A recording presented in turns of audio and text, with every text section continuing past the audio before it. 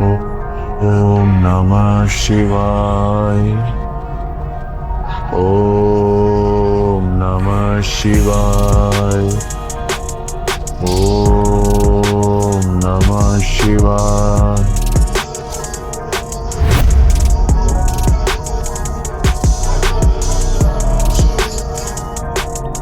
हे महाकाल, मैं सब आप पर छोड़ रहा हूं। फिर आंखें खोल के उसने कहा,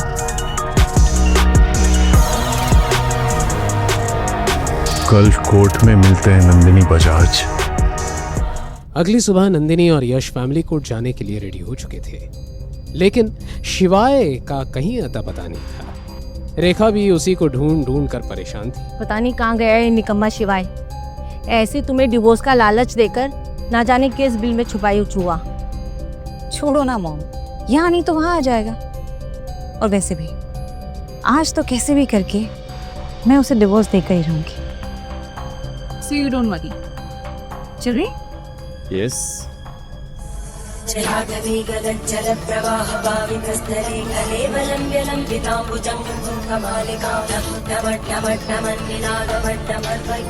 उधर शिवाय महाकाल की पूजा अभिषेक कर रहा था।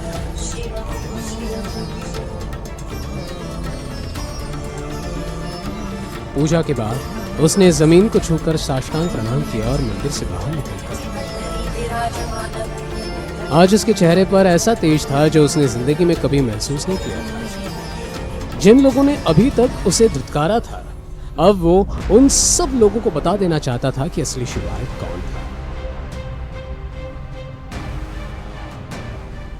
इधर दूसरी तरफ बजाज फैमिली के सभी लोग और यश फैमिली कोर्ट पहुंच चुके थे और शिवाय का इंतजार करें। नंदिनी अपने वकील से बात करने चली गई थी। रेखा और यश दोनों अकेले ही रह गए थे। बेटा जी। मेरे बेटे को खुश रख पाओगे ना? जी बिल्कुल, खुद से ही हो सब। और वैसे भी मेरी कंपनी बहुत बड़ी बिजनेस डील करने वाली है, वो भी इंडस ग्रुप के साथ। तो आपको टेंशन लेने की कोई ज़रूरत नहीं है। एक बार वो डील फाइनल होगी, उसके बाद आपकी बेटी करोड़ों में मिलेगी। वाह, इंडस ग्रुप, वो तो बहुत बड़ी कंपनी है। बेटा सच बोल, मुझे भी बहुत शौक था खेत कूद करने का, लेकिन मेरी उम्र की वजह से मैं करोड़ों का बोझ नहीं उठा पाती। बस लाखों से ही खुश हो जाऊंगी। क्यों नहीं, इधर आपकी बेटी मेरी हुई और उधर सब कुछ आपका। इतना सुनकर रेखा को तसल्ली हुई कि उसे फ्यूचर की चिंता करने की कोई जरूरत नहीं। दूसरी ओर शिवाय अपने वादे के मुताबिक कोर्ट पहुंचा और नंदिनी को उसके वकील के साथ देखा। उसे देखकर शिवाय के मन में एक अजीब सी उलझन मच गई। नंदिनी, आज आखिरी बार तुमसे पूछ रहा हूं, 12 साल पहले जो कुछ भी हुआ था, क्या तुम्हें सच में याद नहीं है? 12 साल तुम्हारी घिसी पिटी बातें सुनते सुनते ना मेरे कान पक गए। तो अपनी बकवास बंद करो और डिवोर्स पेपर्स पे साइन करो। नंदिनी ने शिवाय का ऑर्डर दिया और उसके सामने पेपर्स रख दिए, मानो उसे इस दिन का बरसों से इंतजार रहा हो। Don't do it, do it. Nandini, इस फटीचे को डिवोर्स देकर तुम बहुत अच्छा कर रही हो। बजाज फैमिली के टुकड़ों पर पड़ने वाले अब तेरा क्या हुआ?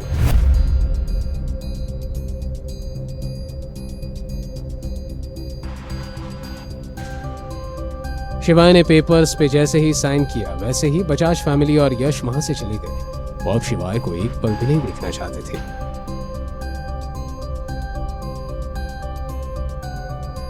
शिवाय कोर्ट के बाहर निकला ही था कि एक लग्जरी कार कोर्ट के सामने आकर रुक गई। कार का दरवाजा खुला, सर पर शाही पगड़ी बांधे गाड़ी से उतरे। शिवाय को सामने देख के वो खुशी से फूले ना समाये। शिवाय राजगुरु को देख खुश हुआ। शिवाय ने उनके पैर छुए।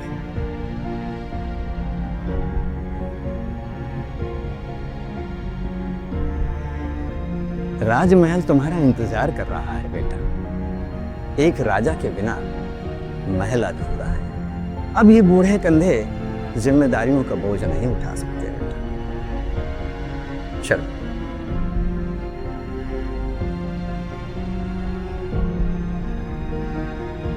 शिवाय मन में एक पहेली लिए अपने पुरानी दुनिया में वापस लौट रहा था। तभी फोन बजा। कॉल इंडस ग्रुप के दिनेश सिंह का था। जैसे जैसे फोन पर बात आगे बढ़ती गई वैसे वैसे शिवाय के चेहरे पर भाव भी बदलने लगे। फोन काट के शिवाय ने ड्राइवर से कहा, गाड़ी इंडस टावर ले दो जल्दी। राजगुरु ये सुन के खुश नहीं थे, लेकिन अब शिवाय ने बोल दिया तो बोल दिया। वो शिवाय की बात नहीं काट सकते थे। वहीं पिछली शाम शहर के बीचों बीच एक सीक्रेट क्लब के बेसमेंट में, जहां सभी तरह के लीगल काम होते थे, एक शानदार मीटिंग रखी गई जिसमें हत्यारे, शार्प शूटर्स और अंडरवर्ल्ड में नए भर्ती हुए लोग एक बड़े से हॉल में मौजूद थे। आज से चाहे ईस्ट का मार्केट हो या वेस्ट स्ट्रीट, हम सभी को एक नाम याद रखना होगा, मेजर शिवा।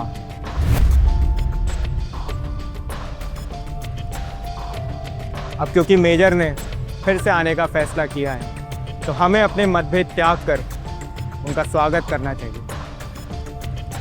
भूलिएगा मत, मेजर ने जो हम सब लोगों के लिए किया। मीटिंग जोरों शोरों पर थी। टेबल बजाकर सभी ने इस बात का समर्थन भी किया। पीछे खड़े दो नए किलर्स तागा और तेजा थोड़े कंफ्यूज थे। ये कौन है? इसकी बातें हो रही है, तू जानता है क्या? ना बिल्कुल नहीं, वो देखा HR बैठा है, चल उससे पूछते। क्योंकि हेडशॉट इस बिजनेस का पुराना सूरमा था तो उन्होंने हेडशॉट से पूछना सही समझा। हेडशॉट भाई, आप हमसे काफ़ी समय से यहाँ हो, काफ़ी एक्सपीरियंस भी हो, क्या आप जानते हैं ये मेजर शिवा कौन है? माँ कसम, अगर ये पार्टी नहीं चल रही थी ना तो तुम दोनों को जिंदा गाड़ देता और हमारे सामने खड़े होने की हिम्मत की। क्या तुम लोग जानते हो 5 साल पहले क्या हुआ था? यही तो हम जानना चाहते हैं। 5 साल पहले अंडरवर्ल्ड पे एक सनकी आदमी आया था। वो भी किसी को मार देता था, काट देता था, यहाँ तक के जला भी देता था। पर उसका एक सपना था, पूरे इंडिया के अंडरवर्ल्ड पर राज करने का। तो कहते हैं ना, हर कहानी में विलेन को मारने के लिए हीरो को आना पड़ता है, और अपनी कहानी का एक ही हीरो है, मेजर शिवा। जब मेजर आए ना, उस बंदे की हालत पतली कर दी, यहाँ तक के रातों रात उसकी बनाई हुई अंडरवर्ल्ड तबाह कर दिया। मुझे आज भी याद है उनके गले का रुद्राक्ष माला। फिर क्या हुआ? उन्होंने सभी को चीते भीतर कर दिया।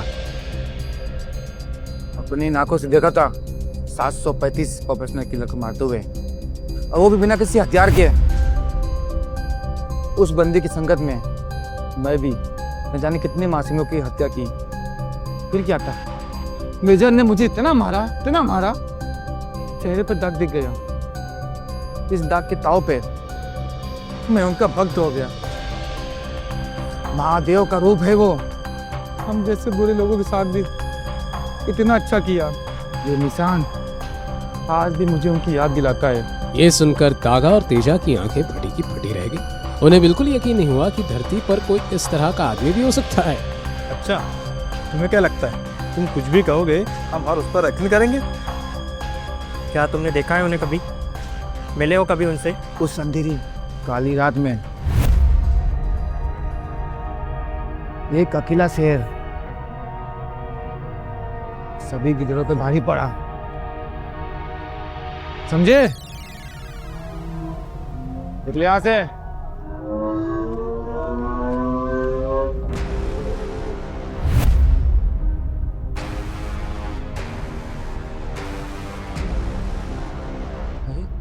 मालिक, देव बोल रहा हूँ, दिनेश का भतीजा। माँ कसम, छोटे मालिक, आपकी आवाज डिट्टो मालिक जैसी है। बताओ क्या काम है? एक आदमी का एनकाउंटर करवाना था। माफ कीजिएगा, अभी मैं कोई काम नहीं ले सकता। 5 लाख दूं तो भी नहीं? माँ कसम, बात पैसों की नहीं है। अभी समय ठीक नहीं चल रहा है, कुछ रूल्स है जो मुझे फॉलो करना पड़ता है। और अगर 10 लाख दूं तो? आप समझ रहे हैं मालिक, मैं मजबूर हूँ, मैं नहीं कर सकता। और अगर मैं 20 लाख दूं तो? अरे मालिक, 20 लाख में मैं खुद को गोली मार लूँ। आप उसका फोटो भेज दो। उसका नाम क्या है?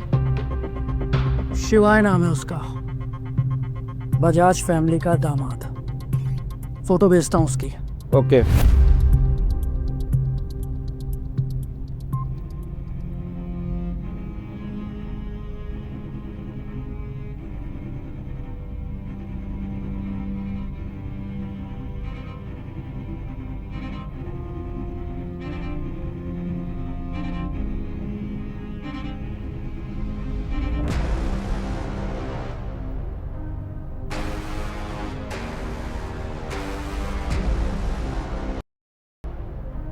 वो भी एक नाइट क्लब में। मुझे एड्रेस बताओ उसका। शहर से बाहर थंडर नाइट क्लब के अंधेरे कमरे से एक लड़के के चिल्लाने की आवाज आ रही थी। उस आवाज में दर्द छलक रहा था। क्या सच में वो लड़की वही थी जिससे शिवाय ने 12 साल पहले वादा किया था? और ऐसा क्या हुआ था उस लड़की के साथ कि शिवाय ने उसकी जगह नंदिनी से शादी कर ली? किसने बेचा था उस बदनसीब लड़की को और क्यों? आगे की कहानी जानने के लिए देखिए अगला एपिसोड सिर्फ पॉकेट एफएम के यूट्यूब चैनल पर। और शिवाय एक विनाशक के सारे एपिसोड्स को सुनने के लिए डिस्क्रिप्शन में दी लिंक से डाउनलोड करें पॉकेट एफएम ऐप।